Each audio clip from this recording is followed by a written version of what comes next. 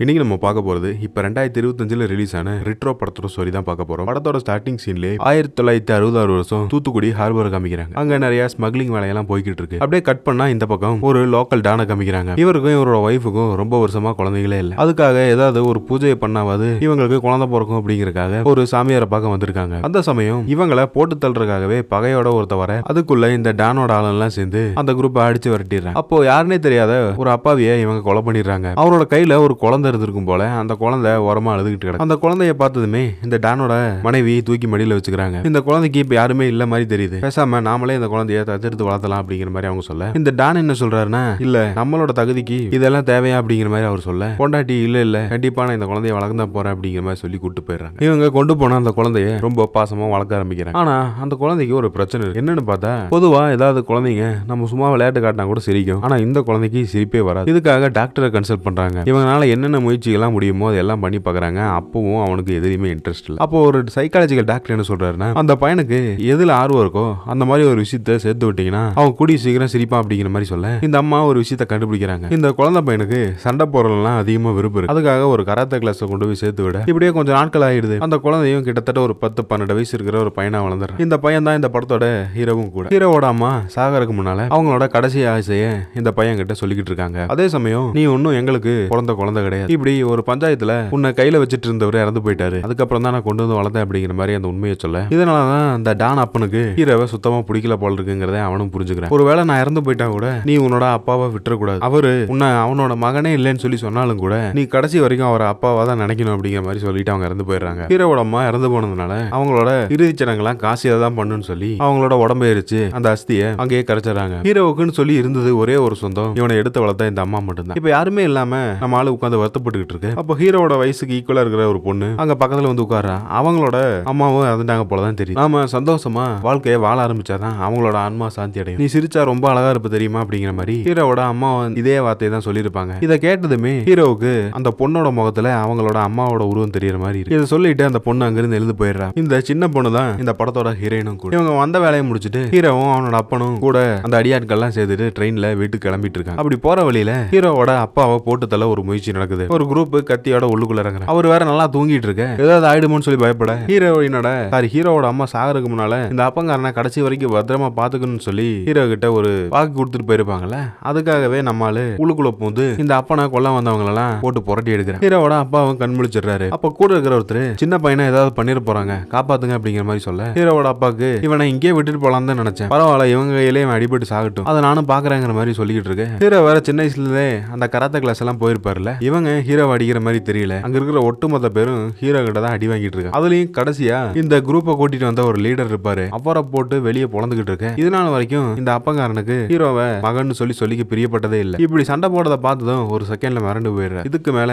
நீ தாண்டா என்னோட மகன், என்னோட மூத்த வாரிசு, யாரு என்ன சொன்னாலும் சரி இதை யாராலையும் மாத்த முடியாது அப்படிங்கிற மாதிரி ரொம்ப பெருமைப்பட்டுக்கிறாரு. இப்படியே கொஞ்ச நாட்கள் போக ஹீரோவும் ஒரு பெரிய டானா மாறிடுறாரு. இப்ப அப்பா பாத்துக்கிட்டு இருந்த வேலையெல்லாம் ஹீரோ பாத்துக்கிட்டு இருக்க. அங்கிருந்து சீனை கட் பண்ணி ஆப்பிரிக்கால இருக்கிற ஒரு ஹார்பரை காமிக்கிறாங்க. அங்க ஏதோ ஒரு ஸ்மக்லிங் பண்ற குரூப் அவங்க தேடி ஒரு பொருளை பாக்குறதுக்காக வராங்க. அந்த கண்டெய்னரை ஓபன் பண்ணி பார்த்தா உள்ளுக்குள்ள வெறும் கருவாடு மட்டும் தான் இருக்கு. இவங்க தேடி வந்த அந்த கோல்டு ஃபிஷ் இல்ல. கோல்டு ஃபிஷ் அப்படிங்கிறது ஒரு கோட் வேர்ட், ஆனா அது என்ன பொருள்னு சொல்லி நமக்கு தெரியல. இப்படியே இங்க கரண்ட்ல காமிக்கிறாங்க. இப்போ ஹீரோவோட கல்யாணத்துக்கு இந்த அப்பங்காரன் ரெடி ஆயிட்டு இருக்காரு. ஆனா இவருக்கு 2வது கல்யாணம் வேற ஆயிருச்சு போல தெரியும். நீங்க என்னமோ உங்களோட சொந்த மகனுக்கு கல்யாணம் மாதிரி ரொம்ப சந்தோஷமா இருக்கீங்க, என்ன இருந்தாலும் அவன் உங்க வளர்வு மகன் தானே அப்படிங்கிற மாதிரி பொண்டாட்டி சொல்ல, இந்த டான் என்ன சொல்றாரு, இல்ல நீங்க என்ன சொன்னாலும் அவன் தான் என்னோட முதல் மகன், இன்னொரு தடவை இந்த வார்த்தையை சொல்லாத அப்படிங்கிற மாதிரி சொல்லிட்டு அங்கிருந்து போறாரு. ஹீரோ வேற அங்க இருக்கிற லோக்கல் டான்கள் எல்லாம் கூப்பிட்டு, இதுக்கப்புறம் நமக்குள்ள எந்த ஒரு பஞ்சாயத்தும் கிடையாது, நானும் உங்களோட எந்த விஷயத்திலுமே மூக்கம் நினைக்க மாட்டேன், நீங்களே என்ன ஃபாலோ பண்ணி வரக்கூடாது, இன்னையோட நான் ஒட்டுமொத்த ரவுடிசத்தையும் இந்த கட்ட பஞ்சாயத்து அது இதுன்னு சொல்லி எல்லாத்தையுமே நிறுத்த போறேன், எல்லாமே என்னோட டார்லிங் நான் கல்யாணம் பண்ணிக்க போறேன் பொண்டாட்டிக்காக தான் சொல்லி இந்த விஷயத்த சொல்லிக்கிட்டு இருக்கேன். அந்த கூட்டத்தில் இருக்கிற ஒருத்தன் ஹீரோவோட லவ் ஸ்டோரியை கேட்க அப்படியே ஒரு பிளாஷ்பேக் காமிச்சா, ஹீரோவோட தம்பி ஒரு நாய் வளர்த்துக்கிட்டு இருக்கு, அந்த 2வது சம்சாரத்தோட மகன். அந்த நாய்க்கு உடம்பு சரியில்லைன்னு சொல்லி ஒரு வெட்டினரி டாக்டரை போய் பாத்துக்கிட்டு இருக்க. யார் இப்படி பண்ணாங்கிற மாதிரி கேட்க, ஹீரோ தான் அந்த நாயை அடிச்சிருக்காரு போல, அவனும் இந்த கம்ப்ளைண்ட் பண்ணிக்கிட்டு இருக்க. ஹீரோவை கூப்பிட்டு வச்சு அந்த டாக்டரமா அட்வைஸ் பண்ணிட்டு இருக்காங்க. இந்த மாதிரியான செல்ல பிராணிகளை வளர்த்துறது எவ்வளவு ஒரு நல்ல விஷயம் தெரியுமா, வேணா நீங்களே அதை கையில தூக்கி பாருங்க அப்படிங்கிற மாதிரி ஹீரோ கிட்ட கொடுக்க, அந்த நாய் ஹீரோ மேலேயே யூரின் போயிடுது. இதனால நம்மால டென்ஷன் ஆகி சரட்டை கழட்டிட்டு அங்கிருந்து கிளம்ப பார்க்க, நீ சிரிச்சா ரொம்ப அழகா இருப்ப அப்படிங்கிற மாதிரி ஒரு குரல் கேக்குது. அட இதை நம்ம எங்கேயோ கேட்டிருக்கமே அப்படிங்கிற மாதிரி ஹீரோ யோசிக்கிறாரு. காசில ஒரு பொண்ணு வந்து பேசியிருப்பாங்கல்ல இந்த படத்தோட ஹீரோயின், அவங்க தான் இந்த வெட்டினரி டாக்டர். ஹீரோக்கு சாக்கா இருக்கோ இல்லையோ நமக்கு சாக்கா இருக்கு, எப்படி காசில பார்த்தவங்க இங்க தூத்துக்குடியில 2 பேரும் ஒண்ணு சேர்ந்தாங்கன்னு சொல்லி தெரியல. சரி கற்பனை தானே, எப்படி வேணா இஷ்டத்துக்கு கதை எழுதிக்கலாம். அவ்வளவுதான். ஹீரோவும் கிட்டத்தட்ட பல வருஷமா இந்த பொண்ணை தான் தேடிட்டு இருந்திருப்பார் போல தெரியுது. 2 பேருக்கும் காதல் உடனே கனெக்ஷன் உருவாயிடுச்சு. ஹீரோ ப்ரொபோஸ் பண்ண அடுத்ததுமே நம்ம 2 பேரும் கல்யாணம் பண்ணிக்கலாமா அப்படிங்கிற மாதிரி தான் கேட்கிறாரு. ஹீரோயின் அதுக்கு சரின்னு சொல்றாங்க. ஆனா அதுக்கு முன்னால ஒரு கண்டிஷன், நீ உங்க அப்பா கூட சேர்ந்துட்டு கட்ட பஞ்சாயத்து ரவுடிசம் அது இதுன்னு சொல்லி சில பல வேலையெல்லாம் பண்ணிட்டு இருக்கு, அது எனக்கு சுத்தமா பிடிக்கல, அது எல்லாத்தையும் விட்டுட்டா மட்டும்தான் நாம 2 பேரும் கல்யாணம் பண்ணிக்க முடியும் அப்படிங்கிற மாதிரி சொல்ல, ஹீரோவும் காதலிக்காக இதை கூட பண்ணாத ஒரு மனுஷனா அப்படின்னு சொல்லி அவரும் அந்த டீலிங்க்கு ஒத்துக்கிறார். இதுதான் ஹீரோவோட காதல் பிளாஷ்பேக். இந்த பக்கம் மண்டபத்துல ஹீரோவோட டான் அப்பனும் அவரோட அல்லகை எல்லாருமே அங்க வராங்க. ஹீரோ என்ன சொல்றாரு, நான் இவங்க எல்லாத்தையும் ஃபங்க்ஷனுக்கு இன்வைட் பண்ணவே இல்ல, எதுக்காக கூட்டு வந்திருக்கீங்கிற மாதிரி இந்த அப்பங்கிட்ட கேட்க, அவர் என்ன சொல்றாரு, உன்ன சின்ன குழந்தையில இருந்தே இவங்க எல்லாம் பாத்துக்கிட்டு இருக்காங்க, கடைசியா அவனோட கல்யாணம் முடிச்சோன்னே அவங்க ஊர் பக்கம் போய் வேலையை பார்க்க போறாங்க, ஒரு நாள் தானே ஜாலியா இருந்து போட்டோம் அப்படிங்கிற மாதிரி சொல்ல, எல்லாரும் பாட்டு ஆட்டம்னு சொல்லி ஒரே கோலாகலமா அந்த கல்யாண ஃபங்க்ஷன் நடந்துகிட்டு ஒரு கட்டத்துல ஹீரோவை பர்சனலா பார்க்கணும்னு சொல்லி இந்த அப்பங்கார மேல கூப்பிட்டு ஹீரோ அங்க போற. என்ன விஷயம்னா, அந்த ஆப்பிரிக்கா ஹார்பர்ல அந்த கண்டெய்னருக்குள்ள கருவாடு மட்டும் இருந்துச்சு பாத்தீங்களா, அதை பத்தி தான் கேக்குறாரு. அந்த கோல்டு ஃபிஷ் சரக்கு எங்க போச்சு, அது மொத்தமே எனக்கு இருக்கிற டீடைல் தெரிஞ்சாகணும், உன் நம்பிதான் அந்த பொறுப்பை ஒப்படைச்சேன், ஆனா நீ ஏதோ ஒரு தேவையில்லாத வேலை பண்ணிருக்க மாதிரி தெரியுது, இது நீ நினைக்கிற மாதிரி சாதாரண விஷயம் இல்ல, ரொம்ப பெரிய மேட்டர் அப்படிங்கிற மாதிரி அந்த சரக்கு இருக்கிற உண்மையை கேக்குறாரு. ஆனா ஹீரோ அதை சொல்ல மாட்டேங்குது, அதுக்கெல்லாம் வாய்ப்பே கிடையாது, அது காணாம போயிடுச்சுன்னு நினைச்சுக்கீங்களேன், அப்பதான் உங்களோட வாழ்க்கையும் நல்லா இருக்கும் என்னோட வாழ்க்கையும் நல்லா இருக்கும் அப்படிங்கிற மாதிரி சொல்லிட்டு ஹீரோ அங்கிருந்து போயிடுறாரு. இந்த அப்பங்காரன் அவரால் ஹீரோ சொன்ன இந்த வார்த்தையை ஏத்துக்க முடியல. திரும்பவும் இவங்களுக்குள்ள ஒரு மனசுதான் ஏற்படுது, இதுவே என்னோட பையனா இருந்தா இந்த மாதிரி பேசியிருப்பானா, நீ ஒரு அனாதை அப்படிங்கிற மாதிரி ஹீரோவை கோவப்படுத்த, இதை கூட நம்மளால பெருசா எடுத்துக்கல, உன்னை என்ன பண்ணாலும் உனக்கு கோவம் வராதுன்னு சொல்லி எனக்கு தெரியும், ஆனா உன்னோட காதலியை கொன்னுட்டா நீ என்ன பண்ணுவ அப்படிங்கிற மாதிரி இந்த அப்பங்காரன் போச ஹீரோவும் இதெல்லாம் வேணாம்னு சொல்லி அவ்வளவோ தடுக்க பாக்குற. ஒரு கட்டத்துல இந்த டானோட அல்லகைங்கெல்லாம் ஹீரோவை பிடிச்சுக்க, அவங்க ஒட்டுமொத்த பேரையும் இவர் அடிச்சிட்டு வரக்குள்ள ஹீரோயினை போட்டு தள்ளுறதுக்காக இந்த அப்பா கத்தியை தூக்கிட்டார். இதை பார்த்ததுமே ஹீரோவால ஏத்துக்கவே முடியல. என்னோட காதலியை எப்படி நீங்க கொல்ல ட்ரை பண்ணலாம்னு சொல்லி எந்த கைய கத்தி வச்சு தூக்குனாரோ அந்த கையை ஹீரோ வெட்டிடுறாரு. அவ்வளவுதான். இதை பார்த்ததுமே ஹீரோயினுக்கு செம கடுப்பாயிடு. இந்த மாதிரி ரவுடிசம் பண்ணிட்டு இருக்கவங்க எல்லாம் திருந்த மாட்டாங்கன்னு சொல்லி நான் கேள்விப்பட்டிருக்கேன், ஆனா இப்போ உன்னோட விஷயத்துல நான் நேரடியாவே பார்த்துட்டேன், நீ எல்லாம் கண்டிப்பா திருந்தவே மாட்டேன், உனக்கு காதல் கல்யாணம் சொல்லி எதுவுமே செட் ஆகாது, இப்பவே இந்த கல்யாணத்தை நான் நிறுத்த போறேன் பாருங்கிற மாதிரி ஹீரோயின் சொல்லிடுறாங்க. ஹீரோனோட அப்பா வேற ஹீரோ கிட்ட கடைசியா வந்து பேசிக்கிட்டு இருக்க, நான் எவ்வளவு சொன்னேன் என்னோட பொண்ணு கிட்ட இந்த மாதிரி தொழில் இருக்கிறவங்களா திருந்த மாட்டாங்கன்னு சொல்லி, அவ தான் காதலிச்சு இப்படி ஏமாந்து போயிட்டா, எனக்கு என்ன சொல்றேன்னே தெரியலங்கிற மாதிரி அவர் ஒரு கோட்டை எடுத்து அடிச்சு வெக்ஸா எங்க இருந்து போயிடுறாரு. ஹீரோயினி கூட்டிட்டு ஹீரோ பண்ண இந்த சண்டைனால அவரோட கையை வேற வெட்டிருப்பாங்க, இதுக்காக நம்மால போலீஸ் ஸ்டேஷனுக்கு கூட்டு போயிடுறாங்க. ஹீரோவோட அப்பங்காரனுக்கு ஒரு கை போச்சு, ஹீரோவுக்கு காதல் வாழ்க்கையே போச்சு. இந்த சைடு ஹீரோவோட அப்பாவை பாக்குறதுக்காக ஒரு அதிகாரி வந்திருக்காரு, அவர் ஏதோ அரசியல் இருக்க மாதிரி தெரியுது, நீங்க என்ன பண்ணுவீங்கன்னு தெரியாது, அந்த சரக்கை கூடி சீக்கிரம் கண்டுபிடிச்சாகணும், அப்படி இல்லைன்னு சொன்னா பல கோடி நமக்கு லாஸ் ஆகும், இதனால நீ நிறைய பிரச்சனைகளை சந்திக்க வேண்டியது வரும் அப்படிங்கிற மாதிரி ஹீரோவோட அப்பனுக்கு ஒரு வார்னிங் கொடுத்துட்டு போறாரு. நீங்க ஜெயிலே அவங்க கிட்ட இருக்க உண்மையை வாங்கணும், எக்காரணத்தை கொண்டும் அவனை கொன்னுற கூடாது இப்படிங்கிற மாதிரி அந்த ஜெயிலுக்குள்ளேயே ஒரு டீமை ஹீரோவோட அப்பா செட் பண்றாரு, ஹீரோ கிட்ட இருந்து அது உண்மையை வாங்குறதுக்காக. ஆனா நம்மால வேற இப்ப லவ் ஃபெயிலியர்ல விழுந்திருக்கிறதுனால யாரு என்ன அடிச்சாலும் புடிச்சாலும் ஒரு உண்மையும் சொல்ற மாதிரி இல்ல, காதலி நினைவிலேயே வெக்ஸாகி சுத்திக்கிட்டு இருக்காரு. எவ்வளவோ டார்ச்சர் பண்ணியும் கூட ஹீரோ கிட்ட இருந்து உண்மையை வாங்கவே முடியும். ஹீரோவோ சாதுவா மாறினதுக்கு இன்னொரு காரணமும் இருக்கு, என்னன்னா காதலி இந்த அடிதடிக்கெல்லாம் போகக்கூடாதுன்னு சொல்லியிருப்பாங்கல்ல, அதை திருந்தணுங்கிறதுக்காக இப்ப இருந்தே ஒரு முயற்சி பண்ணிட்டு இருப்பார் போல தெரியுது. லவ் ஃபெயிலியர்ல இப்ப தாடி வேற வளர்ந்து கிட்டத்தட்ட சில வருஷங்களும் கடந்து போயிடுச்சு, ஹீரோ உண்மையை சொல்ற மாதிரி தெரியல. ஒரு கட்டத்துல ஹீரோயின் எங்க இருக்கிறாங்க அப்படிங்கிற உண்மையை ஹீரோவோட ஃப்ரெண்ட்ஸ் 2 பேர் சொல்ல, இதுக்கப்புறம் ஹீரோயின் கூட போய் சேர்ந்து வாழணுங்கிற ஆசை அவருக்கு வருது. அப்போ அங்க ஒரு போலீஸ் ஆபீசர் இருப்பாரு. ஹீரோ அந்த ஜெயிலுக்குள்ள நல்லா சண்டை போடுறதுனால இந்த ஸ்பார்டகஸ் படத்துல அடிமைகள் எல்லாம் விலை கொடுத்து வாங்குவாங்கல்ல, அந்த மாதிரி ஏதோ ஒரு ஊருக்கு ஹீரோவை காசு கொடுத்து விலை வாங்க ஒரு டீம் தயாரா இருக்கு. ஹீரோவும் அந்த டீலிங்க்கு ஒத்துக்கிட்டு அந்த போலீஸ்காரன் சொல்ற மாதிரியே கேட்க, அந்த போலீஸ்காரரும் ஏதோ ஒரு இடத்துல இறக்கி விட்டு போயிடுறாரு. வேற ஜெயிலுக்கு கூட்டிட்டு போறதா சொல்லி ஹீரோவை இந்த பக்கம் தப்பிக்க விட்டுறாரு. ஆனா ஹீரோ என்ன பிளான் பண்ணிருக்காருன்னு பார்த்தா, இவங்களுக்கே விபூதி அடிச்சுட்டு தன்னோட டார்லிங்க பாக்குறதுக்காக அந்தமான் போகணுங்கிறது தான் ஹீரோவோட பிளான். இந்த சைடு ஹீரோவோட அப்பாவும் ஹீரோயினை தான் தேடிட்டு இருக்காரு, ஏன்னா ஹீரோ கிட்ட இருந்து உண்மையை வர வைக்க முடியாதுன்னு சொல்லி தெரிஞ்சு போச்சு. அப்ப ஹீரோயினை கண்டுபிடிச்சு அவளை ஏதாவது டார்ச்சர் பண்ணாதான் ஹீரோ உண்மையை சொல்லிடுவாங்கிற மாதிரி இவர் ஒரு ஸ்கெட்ச் போட்டுக்கிட்டு இருக்காரு. அதே சமயம் இப்போ ஹீரோயின் எங்க இருக்காங்கன்னு பார்த்தா, அவங்க அந்தமான்ல ஒரு சின்ன தீவுல இருக்காங்க, அங்க ஒரு கிளினிக் வச்சு வெட்டினரி டாக்டர் இருக்கிறாங்க. ஹீரோயினோட அப்பங்கார வேற இறந்து போயிட்டார். ஜெயில இருந்து தப்பிச்ச ஹீரோவை எப்படியாவது பிடிக்கணுங்கிற மாதிரி இந்த அப்பங்கார முயற்சி பண்ணிட்டு இருக்க, அவரால் பிடிக்க முடியல. என்னடா பண்றதுன்னு சொல்லி யோசிச்சுக்கிட்டு இருக்கும்போது அங்க ஒரு டாக்டர் காமிக்கிறாங்க. அவர் ஒரு ஸ்மைல் தெரபிஸ்ட். யாராவது ரொம்ப வருத்தமா இருந்தா அவரை காமெடி சொல்லி சிரிய வைக்கக்கூடிய ஆள். இந்த டாக்டரை ஹீரோவோட டீம் கடத்துறாங்க. எதுக்காகன்னு பார்த்தா, இப்போ ஹீரோ அந்தமான் போய்கிட்டு இருக்காருல, அங்க ஹீரோ ஒரு ஸ்மைல் தெரபிஸ்ட் டாக்டரா நடிக்க போறாரு. அதுக்கு உதவியா இருக்கட்டும்னு சொல்லி தான் இந்த டாக்டரை இந்த குரூப் கடத்திருக்காங்க. ஹீரோ போட்ட பிளான் படியே ஹீரோயினை அங்க சந்திச்சிட்டாரு. நம்மால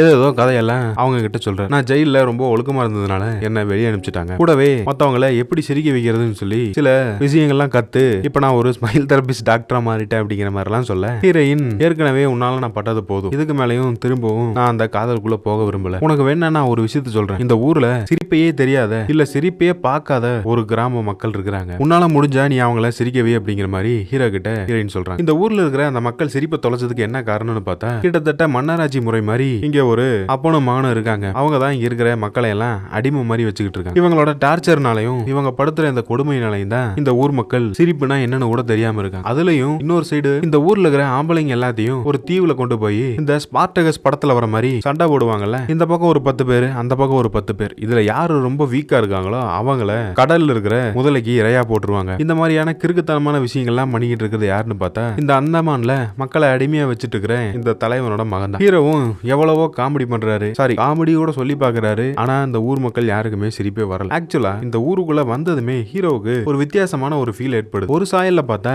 இந்த ஊர்ல இருக்கிற மக்கள் கூட ஹீரோ மாதிரியே தான் அந்த சிரிப்பை தொலைச்சவங்களா இருக்காங்க. இவங்களுக்கும் ஹீரோவுக்கும் ஏதோ ஒரு லிங்க் இருக்குமா என்னங்கிறது கூட நமக்கு இன்னும் தெரியல. போக போக தெரியும். ஹீரோ இருக்க லோக்கல் ஏரியால ஒரு ரவுடி ஒருத்தர் இருக்காங்க. அங்க இருக்க மானை அவங்க சுட்டு கொண்டிருக்காங்க. அதை கொண்டு போய் இவங்க சமைக்க போறதா பிளான் போட்டு பேசிக்கிட்டு இருக்க. இதெல்லாம் பார்த்தா ஹீரோயின் தட்டி கேட்கறாங்க. ஆனா அவன் ஹீரோயின் சொல்றத மதிக்கிற மாதிரியே தெரியல. இதெல்லாம் பார்க்கும்போது ஹீரோக்கு அவனை போட்டு புழக்கணும்னு சொல்லி தோணுது. பட் இருந்தாலும் காதலி முன்னால நம்ம மறுபடியும் வன்முறையை காட்டினா கொஞ்சம் கொஞ்சமா கைகுடி வந்துட்டு இருக்கு, இந்த காதலும் பிரிஞ்சிடும் சொல்லி பொறுமையா இருக்கு. ஒரு நாள் அவனை தனியா ஹீரோட டீமோட போய் அவங்க மொத்த பேரையும் வெளுத்து விட்டு நீ என்ன பண்ணுன்னு சொல்லி எனக்கு தெரியாது. ஹீரோயினை கூப்பிட்டு நீ மன்னிப்பு கேட்கற, அதோட இந்த இயற்கையில இருக்கிற எந்த ஒரு வனவிலங்கையும் வேட்டையாட மாட்டேன்னு சொல்லி அவளுக்கு சத்தியம் பண்ணி கொடுக்குறங்கிற மாதிரிலாம் சொல்ல அந்த லோக்கல் ரவுடியும் ஹீரோயினை கூப்பிட்டு நம்ம டாக்டர் தான் எனக்கு ஒரு நல்ல விஷயத்த சொன்னாரு, இதுக்கு மேல நாங்க யாரும் அந்த பண்ண மாட்டோங்கிற மாதிரி ஹீரோயின் கிட்ட மன்னிப்பு கேட்கறேன். ஹீரோயினுக்கு வேற ரொம்ப சந்தோஷம். ஹீரோ சொன்ன மாதிரியே திருந்திட்டார் போலதான் தெரியுது. அப்படிங்கிற மாதிரி ஹீரோ கூட பைக்ல இவங்க ஒட்டுக்கா போறாங்க. இப்பதான் ஹீரோ முதலா அவரோட வாழ்க்கையில சிரிக்கிறாரு. இந்த சைடு அந்த ஜெயில இருந்து ஹீரோவை விலை கொடுத்து வாங்கணும்னு சொல்லி ஒருத்தவங்க டீம் பிளான் போட்டிருக்கோம்ல, அந்த பிளான் வந்து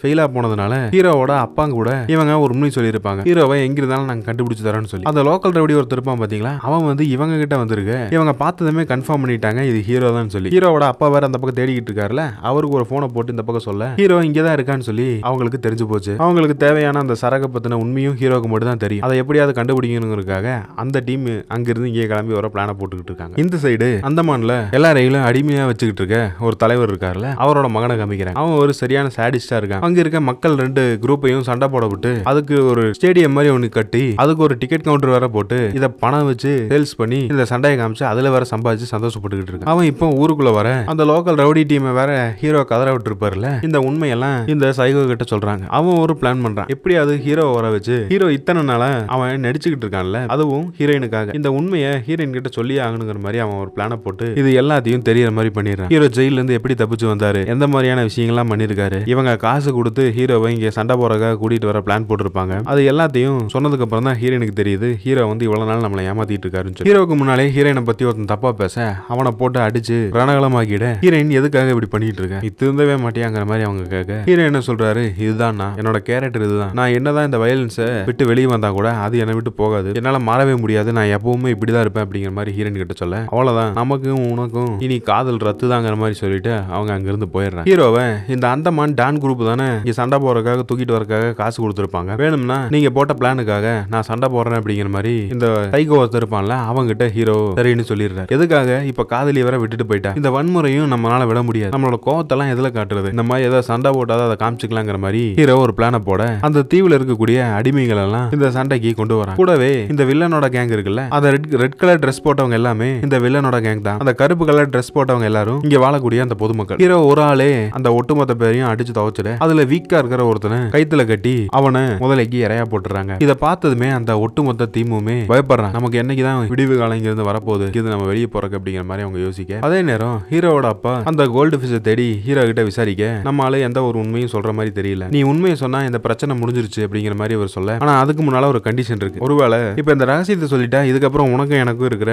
எந்த ஒரு கனெக்ஷனுமே தேவையில்லை, நான் வந்து உனக்கு வேண்டப்படாத ஒருத்தனா மாறிடுவேன், அதுக்கப்புறம் நீ என்ன கொல்ல மாட்டேங்கிறது என்ன நிச்சயங்கிற மாதிரி ஹீரோ அப்பங்கிட்ட ஒரு டீலிங்க போட ஊருக்குள்ள இருக்கிற ஹீரோவோட அப்பாவோட 2வது மகனை இவங்க கடத்தி வச்சிருக்காங்க. யாரு, ஹீரோவோட டீம். இதுக்கு மேல ஹீரோ கிட்ட எந்த பிரச்சனையும் வேணாம்னு சொல்லி அவர் அங்கிருந்து கிளம்பி போயிடுறாரு. இந்த அந்தமான் தீவுல அடிமைகள் எல்லாம் வச்சுக்கிட்டு இருக்க அந்த ஆளோட மகன் இருப்பான்ல, அவன் வந்து ஹீரோ கிட்ட ரொம்ப க்ளோஸா ஃப்ரெண்ட்லியா பழகிட்டு இருக்கான். அப்போ இந்த அப்பங்காரன் என்ன சொல்றான், நமக்கு அடிமைகளா இருக்கிறவங்கள நம்ம எப்பவுமே அடிமைகளா மட்டும் தான் வச்சிருக்கணும், நீ எதுக்காக அவனை ஒரு நண்பனை ட்ரீட் பண்ற அப்படிங்கிற மாதிரி கேட்க, அவன்லாம் எனக்கு ஒரு ஃப்ரெண்டா, சத்தியமா அதுக்கெல்லாம் வாய்ப்பே கிடையாது, அவனை லண்டன்ல ஒரு இடத்துல விக்கிறதுக்காக நான் பிளான் பண்ணிருக்கேன், அவனோட மதிப்பு எவ்வளவு தெரியுமா, கிட்டத்தட்ட 2 கோடிக்கு மேல, அதோட எனக்கும் அவனுக்கு இருக்கிற சகவாசம் முடிஞ்சதுங்கிற மாதிரி ஹீரோவை பத்தி இவங்க பேசிக்கிட்டு இருக்காங்க. இந்த சைடு அந்த அடிமையா இருக்கிற மக்கள் எல்லாம் சேர்ந்து வந்து ஹீரோவை கொலை பண்றதுக்காக ட்ரை பண்றாங்க. அப்போ கடல்ல ஹீரோவோட ஷர்ட் ஃபுல்லா கிழிஞ்சு அவரோட உடம்புல ஒரு வேல் சிம்பலை பாக்குறாங்க. ஒரு டாட்டூ மாதிரி பிறக்கும் போதே அப்படிதான் இருந்திருக்கும் போல தெரியும். இதுல ஒரு ஸ்டோரி வேற இருக்கு. என்னன்னா இந்த தீவுல இருக்கிற மக்கள்லாம் ஒரு சாமியார ரொம்ப நம்புறாங்க. அந்த சாமியார் ஒரு குறி சொல்லி இருப்பாரு, உடம்புல வேலோட பிறக்கிற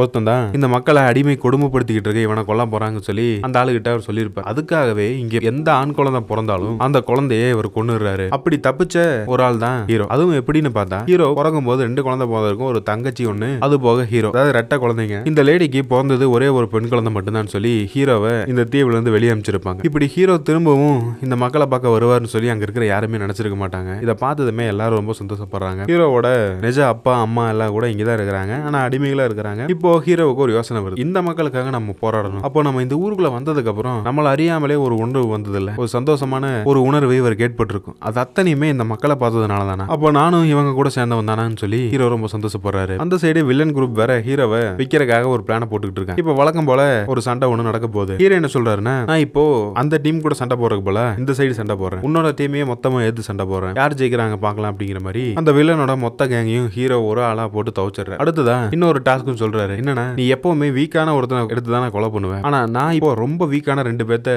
என் கூட சண்டை போட நான் சூஸ் பண்ணிருக்கேன், அது யாருன்னு பார்த்தா நீயும் உன்னோட அப்பனும் தான் அப்படிங்கிற மாதிரி ஹீரோ சொல்ல, அதை கேட்டதுமே அந்த வில்லன் குரூப் பயங்கர ஷாக் ஆகுறாங்க. இதுக்கு மேலேயும் ஹீரோவை விட்டு வைக்க கூடாதுன்னு சொல்லி அவங்க கையில இருக்க அந்த துப்பாக்கி வச்சு சுட ட்ரை பண்றாங்க. அந்த சமயம் ஹீரோவோட மொத்த டீமும் சேர்ந்து அவங்க ஒரு ஷீல்டு மாதிரி ஒன்று உருவாக்கி அதுல இருந்து இவங்களை தற்காத்துக்கிறாங்க. கூடவே நம்ம ஆளுங்க எல்லாம் சேர்ந்து ஒரு பிளான் போட்டிருப்பாங்க, இந்த மொத்த டீமையும் அழிக்கிறதுக்காக வில்லு அம்பு வச்சு ஒரு 10-20 பேர் சேர்ந்து அந்த துப்பாக்கி வச்சு சுட்டுக்கிட்டு இருக்க அத்தனை பேத்தையும் எய்ம் பண்ணி அட்டாக் பண்ண அவங்க எல்லாருமே கீழே விழுந்துறாங்க. இப்போ மிஞ்சி இருக்கிறது அந்த வில்லங்க 2 பேர் மட்டும்தான். அதுல அந்த பையனை ஹீரோ அவன் எப்படி அடிமைகள் எல்லாம் கட்டி தொங்க விடுவானோ அதே மாதிரி அவனை தொங்க விட்டுறாரு. அடுத்ததா அந்த பெரிய கையை கொலை பண்ண போக அவரு, நான் எப்போதுமே அடிமைகள் கையில சாக மாட்டேன், நானே செத்துக்கிறேன்டான்னு சொல்லி அவர் கையில வச்சிருக்க துப்பாக்கி வச்சு அவரே சுட்டுக்கிட்டு செத்து போயிடுறாரு. ஹீரோவோட மக்கள் வாழ்ற அந்த கோயில் இப்ப திறக்கப்படுது. ஆல்மோஸ்ட் இங்க இருக்கிற எல்லா மக்களுக்குமே இப்ப விடுதலை கிடைச்ச மாதிரி தான். அப்போ ஹீரோ என்ன சொல்றாருன்னா, எனக்குள்ள ஒரு மூர்க்கத்தன்மை இருந்துகிட்டே இருந்துச்சு, ஆனா இப்போ எனக்கு கோவமே சுத்தமா இல்ல, இனி யாராவது எங்களோட சண்டை போட வந்தா கூட என்னால சண்டை போட முடியுமான்னு தெரியல அப்படிங்கிற மாதிரி சொல்லிக்கிட்டு இருக்கு. ஹீரோவை போட்டு தள்ளுறதுக்காகவே பல படைகளோட